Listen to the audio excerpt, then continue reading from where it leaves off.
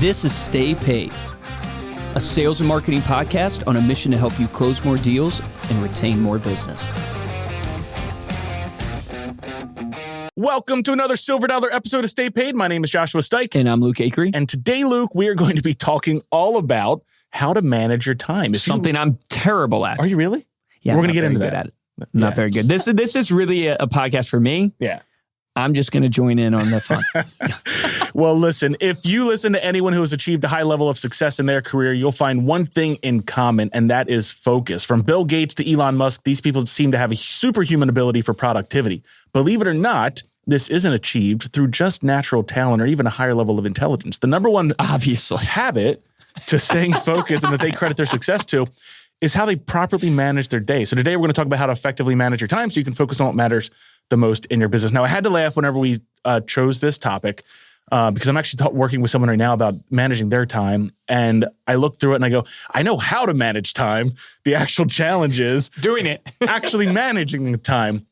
So I want to start off before we get into like the meat of it. Like, how do you manage your time? How do you structure your day? So I've learned to manage it a lot more through my calendar than I ever used to. So I have a executive assistant that helps me there. But I have learned to now, if it doesn't go on my calendar, and here's what I mean by that too, is I'm now even doing things like review Josh's email, respond to Jay. Like I'm literally like throwing those things on my calendar in little 5-minute, 10-minute blocks because I will forget. I am like a space cadet. The amount of times I forget to respond to things. So I'm starting to do that a ton more. The other thing that I try to do is we read the book, How to Get Things Done, I think it's called. Yeah, David Allen. Yeah, a long time ago. But he talks... Getting things done. Yeah, getting things done. That's what it is. But he talks about like if it's a 5-minute or under task, like just do it. Yeah, do that immediately. Yeah, so I've been trying to implement that too. We had someone who used to work with us. Her name is Rachel. I'm not sure if she listens to the show, but shout out if you do. But she had that philosophy where it was like, if it takes me under 5 minutes, she would just do it immediately. And I saw it firsthand. It's smart. Yeah, super smart. So we're going to talk about that because we're going to talk about that in the time blocking. The first thing you want to do before actually moving into your time blocking is you need to sit down and actually decide on what you care about. So what that means is both from a values perspective, but also from a goals and business objective perspective. So if you haven't sat down and looked at where your income and where your revenue and those revenue earning activities are actually coming from, that's where you've got to start first, because from there, it'll start to create your priorities and what you actually need to be spending your time on, which then ultimately leads into actually listing out those priorities. Yeah, that's so good because the temptation is to be busy, not productive. Oh my gosh, yeah. That is the temptation all the time in business. No, everyone gravitates towards the shallow work because it's easy, it's thoughtless. And you still feel like you're working. If you've ever caught yourself between meetings, what do? Well, let me go check my email because I don't have to think. I just have to, and I still feel productive. So once you list out all your priorities, now the way that you want to do this is you want to start bucketing them into things that are, and I would recommend like the Eisenhower matrix, right? It's the one that Stephen Covey talks about, the 4 quadrants. I posted that on my Instagram a long time ago. Yeah. I think they made a video on it. So if you do urgent, like if you look at a quadrant and you go things that are urgent and important, you want to do those things now. Things that are not urgent but important, that's what you want to actually schedule time on your calendar to do. This is where the majority of your time and your effort should be spent. These are things that are important to your business but aren't immediate things. Those would be the urgent and important ones. That's the 5-minute things you can just knock out in the now, here and now. Then you want to look at things that are urgent and not important. Those are things that you want to delegate to others or leverage other services in your business to accomplish. These are things that don't require your expertise. So those would be things that fall into that quadrant. And then the last one, and where most people end up falling into the trap, is the not urgent and not important. You want to delete those things. That's busy work. Those are distractions. Those are things that don't add any measurable value. Once you've got all of your priorities listed out, then the next thing you want to do is time blocking. Now, you already started talking about this. Yes. Where you're literally blocking time off on your calendar to do, not just for meetings. I think what most people do is they only put meetings on their calendar, which is essentially letting everybody else control your day versus actually putting things that you want to accomplish in your day on your calendar. I have even like post on social. On my calendar right now. So like just as a trigger to remind me, it doesn't mean always, I'll be honest, it doesn't mean always I take that specific moment and do it if I'm tied up at that moment, but it's a great reminder. And I live off my calendar now. So you talk about like preparation. I'm huge on telling people, hey, look, the night before, look at your calendar for the day ahead, right? Or the Sunday, look at your calendar for the week. And schedule that on your calendar. Yes, schedule correct. your prep time for the next day on your calendar. Again, not because you're going to do it specifically from 5:45 to 6 p.m. If that's your goal, right? You want to be able to stay disciplined enough where you can, but because it's on your calendar, you don't have an excuse not to do it. And you commit can't to forget it, right? Yeah, it takes you from being reactive to being proactive, right? Yeah. We live so much in the reactive, so going meeting to meeting, phone call to phone call, task to task. And that's when you get stuck into things that are busy work, not really important, not really urgent, because you haven't prepared. And if you just take a little bit of time block. I even read an article one time that said really, really successful people like the Warren Buffetts of the world, they're time blocking down to 15-minute time blocks. I've heard 7 minutes. Yeah, there you go. So they go in short little increments, and it makes sense because how many meetings do you go to that are an hour long that are actually productive? How many things do you do that are an hour long that are actually really productive in the way you're doing it? No, you actually find if you can go in short little spurts, you're way more productive. And so efficient. much harder now, like since we've been virtual, because you want to have like that first few minutes before a meeting to kind of small talk. A little chit chat. Yeah, a little chit chat. But no, exactly what you're saying. So you want to make sure you're scheduling time to do these bigger areas. It also promotes deep work. So time that you can actually stay focused and think, turn off the distractions. There are so many computer applications and so many software plugins that you can use that will actually Macs have it built right in. You can turn on the do not disturb. You can turn it on focus mode, but there's other things that allow you to do that as well. If you're thinking about how can I apply this to your business? Well, look, if you're not making your cold calls, schedule 2 hours in the morning to sit there and make your cold calls. Put that on your calendar, stay committed to it. You can also do what's called task batching.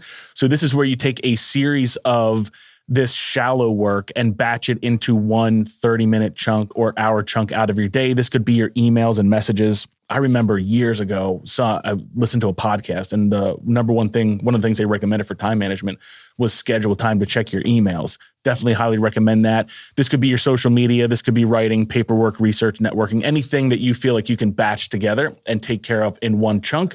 If you don't want to do the 7 minutes to respond to emails, 7 minutes to post on social media.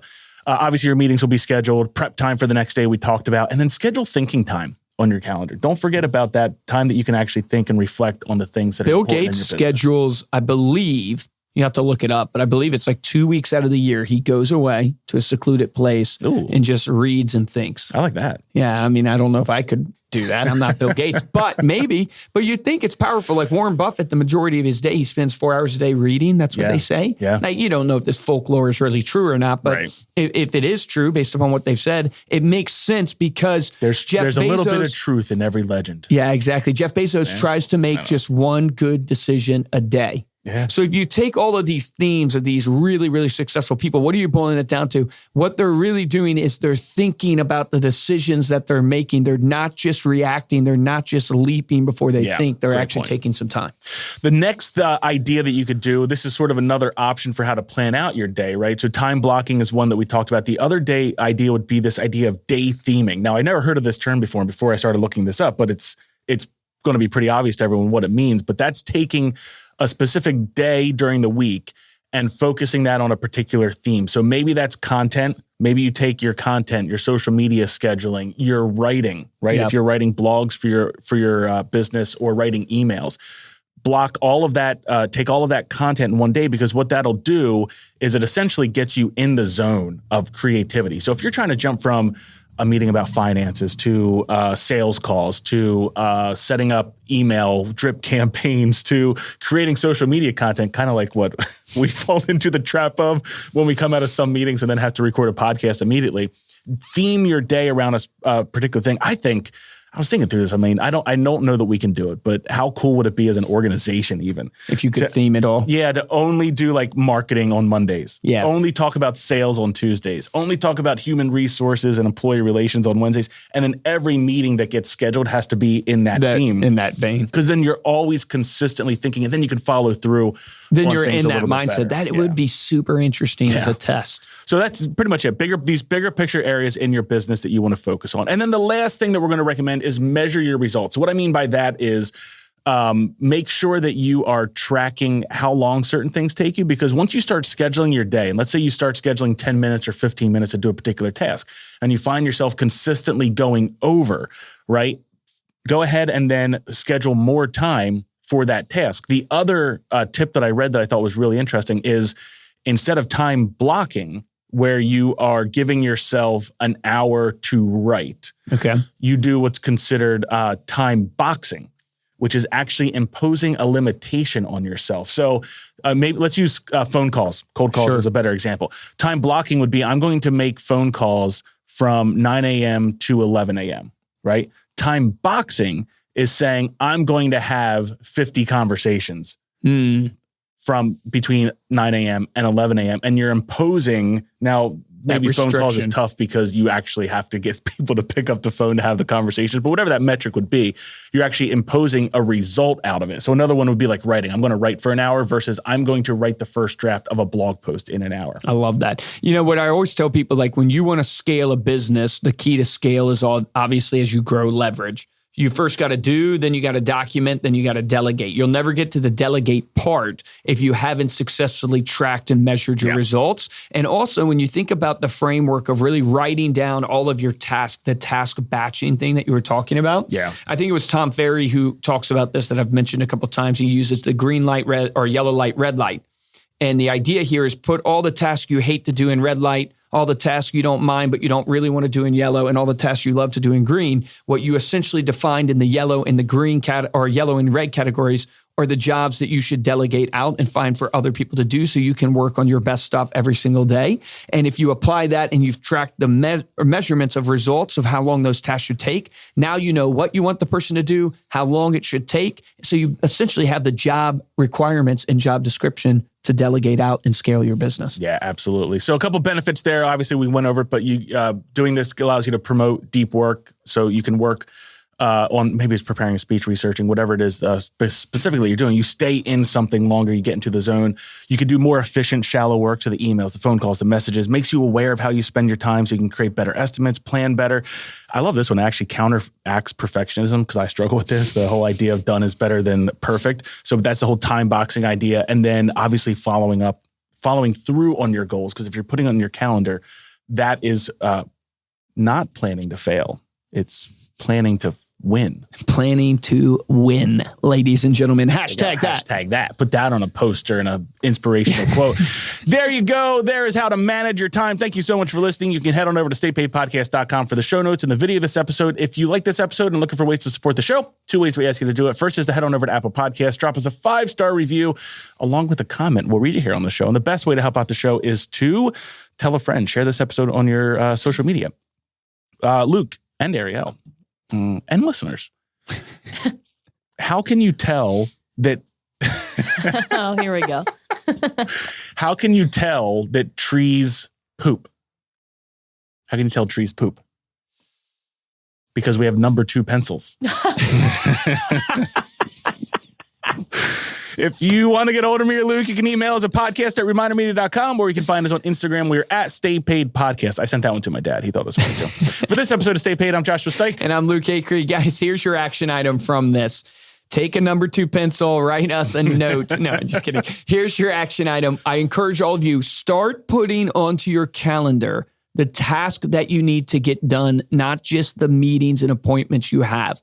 I believe this can be a game changer for you if you commit to working your calendar. So the things that you think are simple, but you know need to get done, throw those on your calendar so you don't forget about them. It's so powerful to use as an efficiency tool to drive you to be more productive. Remember, the difference between top producers and mediocre producers is top producers take action. Take action on that today.